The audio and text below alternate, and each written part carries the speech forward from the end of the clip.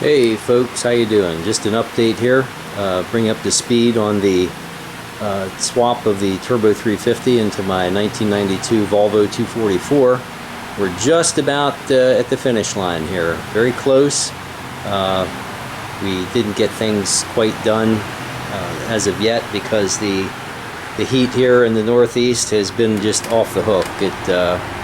Just the other day the heat index was 102, and boy, you'd think the humidity was just about the same. It was just completely unbearable. So we didn't get a chance to complete the project here, but we certainly got quite a bit of headway taken care of. As you can see, I've installed the intercooler piping, and I have my air filter on and all that kind of stuff. The manual boost controller's hooked up. We got the transmission lines were bent. A friend of mine came over and helped me do some bending, and Mitchell and I had finished those up. I'll take you under the car, then you can see how I bent those. I hope everything works out well because the exhaust has yet to be hung, so with any luck we kind of guessed our bends and placement right anyway. But otherwise the Mega Squirt harness work is all pretty much finished out here under the hood.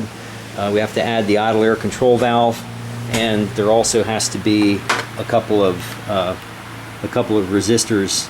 I guess the resistor stack has to be put in line to add the 95-pound injectors. I'll take the 55s out.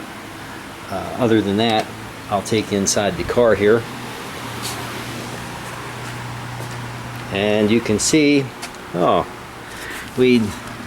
Mitchell put the trim back on here, but we tied into the fuse panel here for the 12-volt hot in the run position, and that was this red fuse here. 1, 2, 3, 4. That would be the fifth fuse down is what we had tied into for our power panel. The power panel is over here. I'll go around to the other side to get a better shot of it, but had to add an extra relay, so we'll go over there in just a second. Okay, here we are at the passenger footwell, and you can see some of the wiring still kind of everywhere here, coming out of the Mega Squirt harness. And then the shorter harness was for the daughter board, the MS3 Extra board, I suppose. Here we have the, whoops.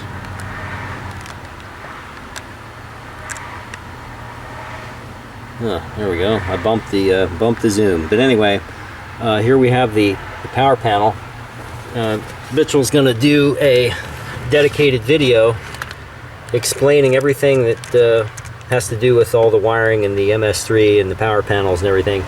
We had to add an extra relay here to kick on the fuel pump. So this, I guess, is the fuel pump relay. And then we have another relay here which activates all the power panel ports on that little mini fuse panel you can get. Got that at the parts store. Here the wires are marked accordingly to what they do and where they go. But again, Mitchell's going to create a video for this and cover in great detail exactly what you need to do and what wires you need to cut and so forth. And I'm going to stick the MS3 box right here in the cubby hole, and I think it's going to fit just fine. So next stop is under the car, and we'll pick her up there. Okay, here we are under the car, and I see I have a few leaks here, but all that stuff's going to have to be tightened up, I suppose. Let's see if I can get that. There's the lines for the Turbo 350, the pump lines for the front pump to the cooler. Can't quite get, hope that focuses. I got those started without dropping the transmission down. I used a long skinny wrench. It's a 13 millimeter. These are 5/16 hard lines. You can see there's that thing sticking up there. That's the kickdown cable that was cut off. That was when this was converted to a full manual valve body. So you can still see, though, if you had that thing, it would certainly clear. Up a little further, I don't know if you can pick that up. Boy, that's a crazy angle here, but maybe you can see the transmission tunnel is pinching my flexible dipstick tube. So I think what I'm going to have to do is, you know, next time around I'll have to mark that with a grease pencil or something next time this thing comes out, and I'll just do a little bit more bashing right there. Let's see. So we had bent these lines all along and trying to hug the block, went around the cooler, kind of around the motor mount, and up through.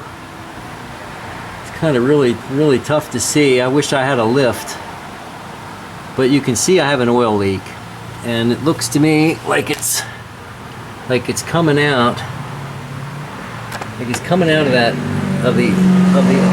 of the arm where the oil cooler arm comes off of the block. That's a brand new O-ring on there, so if that thing's gonna leak, that's gonna really upset me. The brand new O-ring on that thing, and it looks like it's leaking, so I don't know what the answer is. That I may have to try and find perhaps a fatter O-ring or something, but definitely don't want any leaks. That's one thing I can't stand. You can see here the diesel mount doing just fine, fits right in there with the red block, so I think that's good. And let's see, I guess that's about it, covers it for underneath here.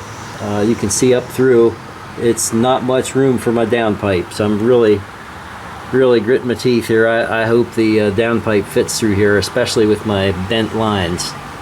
So if not, it may take a little creative tweaking, but other than that, I think we're okay. I guess we'll go back up top then. Okay, we're back topside here, so you can see kind of how everything works in relationship with each other as installed. I made this bracket for the dipstick, and it looks like I have enough room here between the coil, edge of my coil bracket, and the dipstick itself, so that's going to be fine. This is nice and solid mounted on here. I have a couple of standoffs down here to hold this up on a stud.